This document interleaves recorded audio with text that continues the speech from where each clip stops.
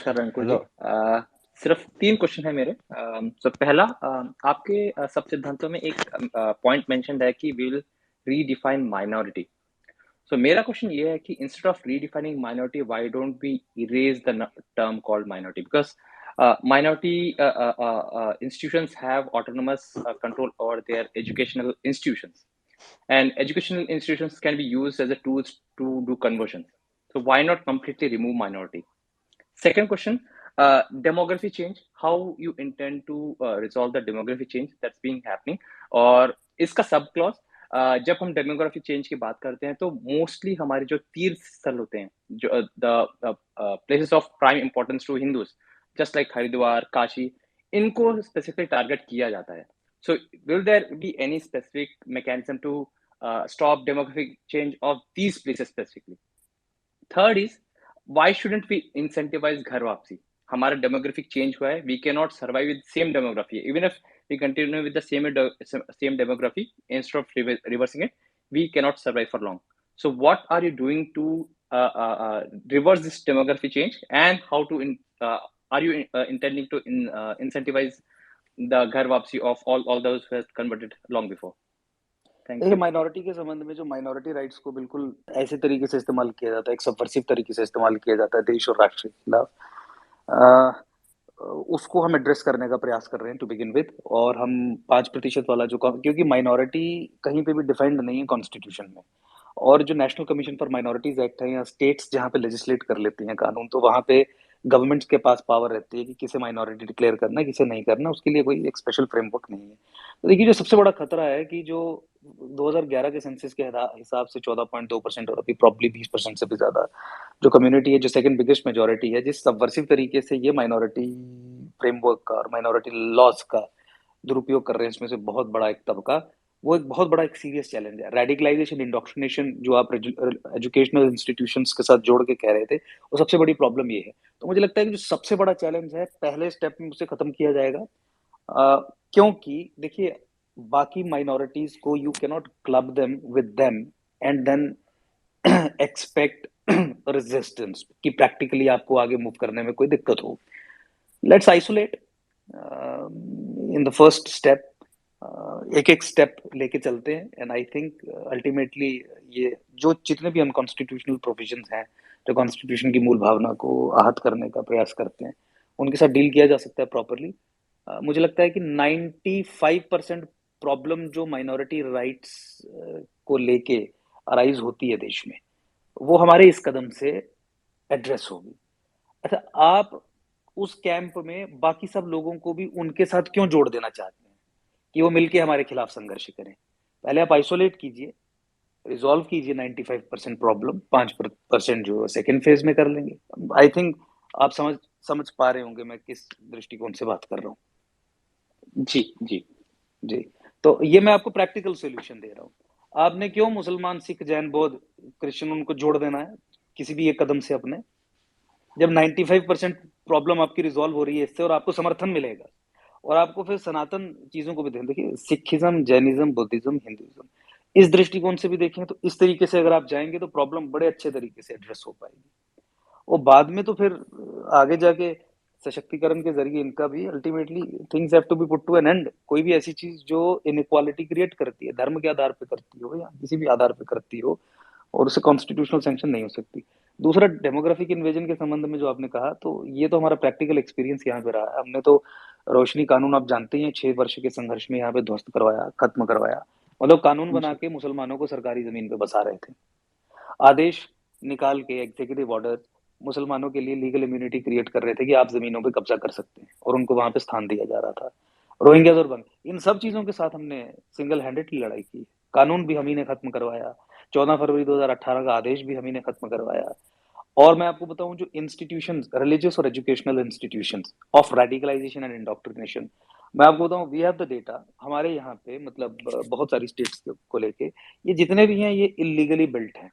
इस तरीके से या ये स्टेट लैंड पे हैं, या ये फॉरेस्ट लैंड पे हैं, या ये मतलब रिवर बेड्स पे हैं, उस तरीके की बड़ी स्ट्रेटेजिक पोजीशंस पे हैं।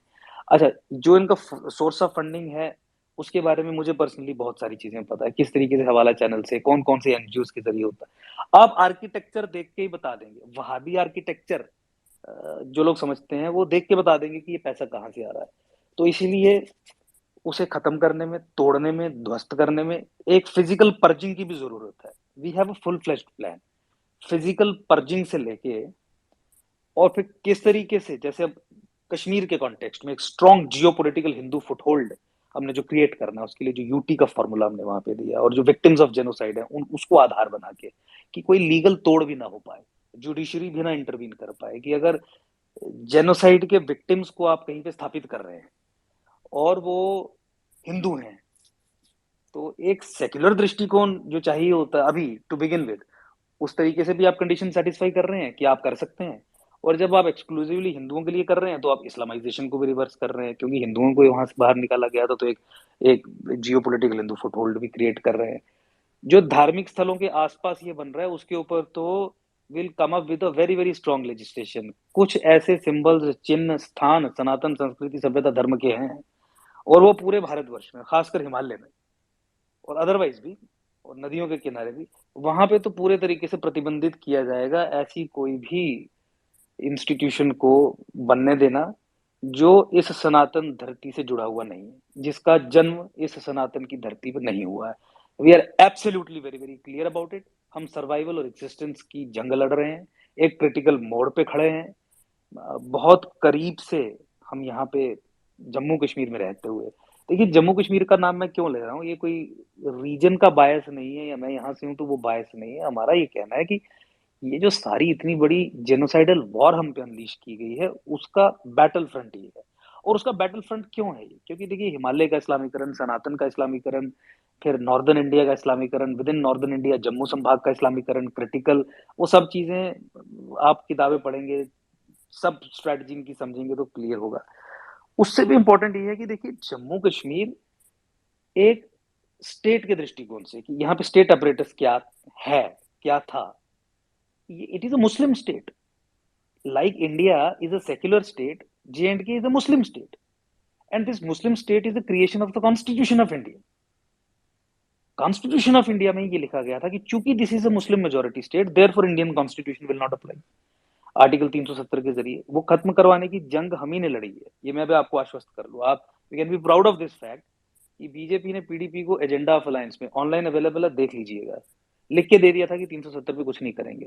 तो जब तक इनकी सरकार रही तब तक ये कुछ नहीं करते थे, इसीलिए हमें ही करना पड़ता था। हम थे ग्राउंड पे और हम थे सुप्रीम कोर्ट में इन कानूनों के खिलाफ।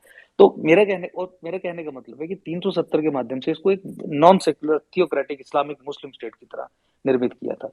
तो ये जो इंडोक्ट्रिनेशन, टेररिज्म, सेपरेटिज्म, सेसेशनिज्म, ये जो सारे सबवर्सिव प्रोसेस है, यहाँ का स्टेट अपरेटस यहाँ पे चलाता था।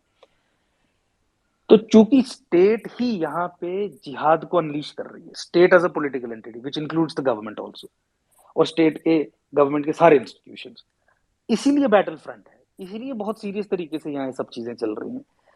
तो चूंकि वो एक्सपीरियंशियल अंडरस्टैंडिंग है, इसीलिए इस विषय में आप आश्वस्त रहिए। Physical purging, creation of new geopolitical Hindu फुटहोल्ड्स,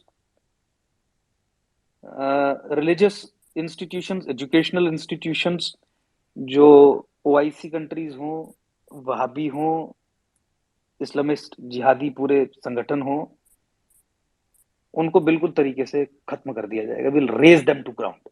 और ये मैं पूरी कन्विक्शन के साथ अभी नहीं कह रहा हूँ, मैं अदरवाइज भी कहता हूँ, हम पब्लिकली भी कहते हैं। नेशनल मीडिया ने भी हमें बहुत बार कवर किया इससे पहले, बहुत देर से जम्मू कश्मीर में रह के कर। सो चूंकि उसकी एक्सपीरियंशियल अंडरस्टैंडिंग है, इसीलिए कोई परहेज नहीं है। हम फिजिकल पर्जिंग से लेके जो इनोवेटिव और भी आइडियाज होते हैं उसके जरिए बिल्कुल इसको करेंगे।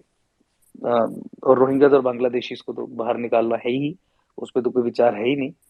और उसके लिए भी फुल फ्लेश्ड फॉर्मूला है कि किस तरीके से फॉरेनर्स एक्ट में जो सरकार की जिम्मेवारी है उसे पूरे तरीके से इन लेटर एंड स्पिरिट निभाया जाएगा। And I repeat, physical purging ऐसे मतलब एरियाज की जो, और उसको कानून को आधार बना के आप बहुत आसानी से कर सकते हैं, क्योंकि एक पैटर्न है। अब जम्मू के अराउंड भी जितनी भी इलीगल ये डेमोग्राफी चेंज करने वाली जो सेटलमेंट्स हैं, वो यहाँ फॉरेस्ट लैंड पे बनी है, स्टेट लैंड पे बनी है, आपको तोड़ने में कोई प्रॉब्लम नहीं होगी उसमें। Will do that in that manner. और मैं फिर रिपीट कर रहा हूँ, आपके उसके लिए हरिद्वार के अराउंड जैसे कुछ हो रहा है, या माता वैष्णो देवी के अराउंड कुछ हो रहा है, अमरनाथ के अराउंड कुछ हो रहा है, तो उसके लिए तो लेजिस्लेशन लेके बिल्कुल विल प्रोहिबिट दैट, उसमें कोई संकोच नहीं होगा हमें।